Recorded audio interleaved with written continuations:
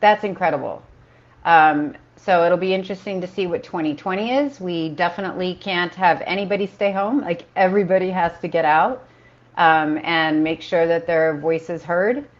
But I'm glad to see an end to that trend that has been, I believe, I mean, I don't have the stats in front of me, obviously, but I believe has been part of United States elections for very, very, maybe forever, where the midterms have, much lower turnout than the general election, than the presidential elections.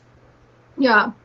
Um, is there, can you pinpoint a reason why this might be? Is there something maybe with the media that's like a potential cause of this idea? Yeah, I think it is. I don't want to blame the media, but I think it's because of so much coverage going to the presidential election, to presidential candidates, and not more to the local levels. I mean, most people don't know, even if their state representatives or state senator are incumbents and have been around a while, the vast majority of people out in the general public, they don't know who they are.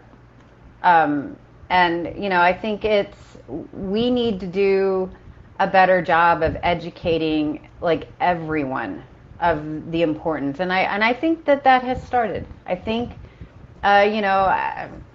after Trump, I think people started to recognize like, oh my gosh, like this is done for 4 years, but let's see what I can do besides, the presidential level. Let's see what I can do to change things. And I think people have started to take their fate into their own hands a little bit more. And that's certainly a beautiful thing. And I hope it continues for generations.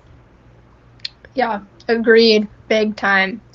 Um, I I wanted to ask, what what's something you've learned? What's something that you didn't expect to learn but have learned from the process of running for office? Oh my gosh, I've learned, as you might imagine, so much. Um, One thing that I've learned, and I pretty much knew this from teaching, but it really became crystallized as a candidate about how easy it is to find common ground with the most unlikely people. Like, I can be talking to a Trump supporter, and if they'll give me time on the phone, and surprisingly, a number of them will, I can get them to separate national from local and say, well, we're not talking about Trump. We're not talking about national. Like, I kind of like brush that off. I'm talking locally, like what's important to you, and to find incredible common ground. Like, that's my favorite thing, is to see if I can get a Trump supporter to also vote for me, like by separating those two things out. So like I said, I knew that a little. I knew that from teaching, that you can find common ground with pretty much anybody, but really the campaign and being a candidate crystallized just how true that is, and how far into the outskirts you could go with that, like with that mentality of finding common ground. And it's Yeah, there. It's there. that's really refreshing to hear because I feel like all we hear is about the political divide. That was one of the things I took away from the first night of the DNC was divide, divide, divide, and it's so tragic, and it's so sad that every single thing is politicized. Um, Yes. and it doesn't need to be, because elected officials, it's so much more than just what party is, what little letter is next to the name. Someone asked, do you think the campaign season is too long? Yeah, I do. I do. I think on all levels, I think it's too long. I don't, though, even though I think that it's not like I've been thinking through like solutions to it or whatever, but I think especially at the presidential level, I have family. I mean, my roots are in Iowa, which is where the caucuses are, obviously. And my relatives in Iowa, specifically one of my aunts, talks about like how they really only have about a 6-month reprieve. Like Yeah. as soon as we hit November in 2020, by the following summer, they will have like not the candidates who have declared, but they will start having people who are maybe interested in running for president making the rounds into Iowa. So I think it goes from that extreme to anything below that. But yeah, it's too long. There's so much time and money and investment. I mean, they're really important, but I do think it's too long. But again, I don't have a solution. I think it's England, or what country is it that it's 6 weeks? That's all you can do. Yeah. But I don't know what country it is. But there are other places that do it differently. Yeah. Pablo asked, how do you feel about schools returning to in-class teaching? Well, nobody wants to be in class more than I do. Like, for Right. real. As you know, I lost my son in May. I know that being in my classroom with my students on just a very personal, even selfish level would do wonders for the healing process. And kids need that. Kids need to be in class with their teachers.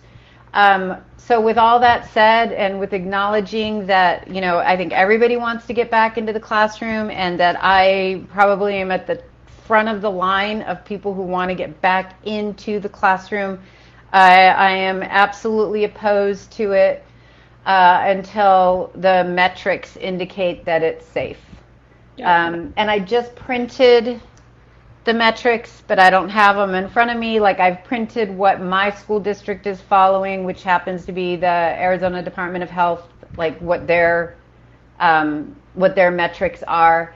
So when as soon as it's safe, we should be doing it. But I want to be able to stand in front of the classroom and honestly say, you all are safe. Like, to my students, You're safe. Your whatever elderly grandparents who happen to live with you are safe. I can't do that right now. I could not stand in front of a classroom and honestly say that. And until I can, I do not want it to happen. Oh, yeah. Yeah, I agree. I'm in a similar boat. My school has gone completely online, and of course it's just horrible, but it's much worse to get sick and to get people sick. Yeah. I wanted to ask what do you want to say, and then we can wrap it up, but what do you want to say to first-time voters? I would probably go with the Nike slogan from way back when of just do it. Like, do it. Register, get a plan in place. Are you going to mail it in? Like, when they say get a plan, like, actually visualize what your plan is. Are you going to get a mail-in ballot and mail it back right away? Are you going to get a mail-in ballot and deliver it? We are, of course, recommending, due to the circumstances with COVID and everything, that people, when they get their ballots, to mail them back like pretty much right away. Mm-hmm. But yeah, my advice would be congratulations. Thank God you are participating in the democratic process. Kudos to you. And now do it. Get a plan in place and do it. Yep, couldn't agree more. All right, to wrap up, unless there's anything you wanna add, a huge thank you for joining me. It's so inspiring to see you fight for not just the students that you have now, but all of Arizona's students who, as you said, are not worth less than other states' students. And I just wanted to give you a chance. Where can people find you? Where can we find more information about your campaign? Yeah, go to electchristinemarsh.com. It takes you right there, and that's Christine with a CH, and Marsh like the swamp, which I had all kinds of fun last cycle thinking of signs I could put out, like drain the swamp but keep the marsh, or whatever. But yeah. I like that. It's not too late for that. Yeah, it's electchristinemarsh.com. And get involved. Since we're all virtual, you can get involved from anywhere in the country, really from anywhere. I know we've had people making phone calls from even, far-flung places. Yeah.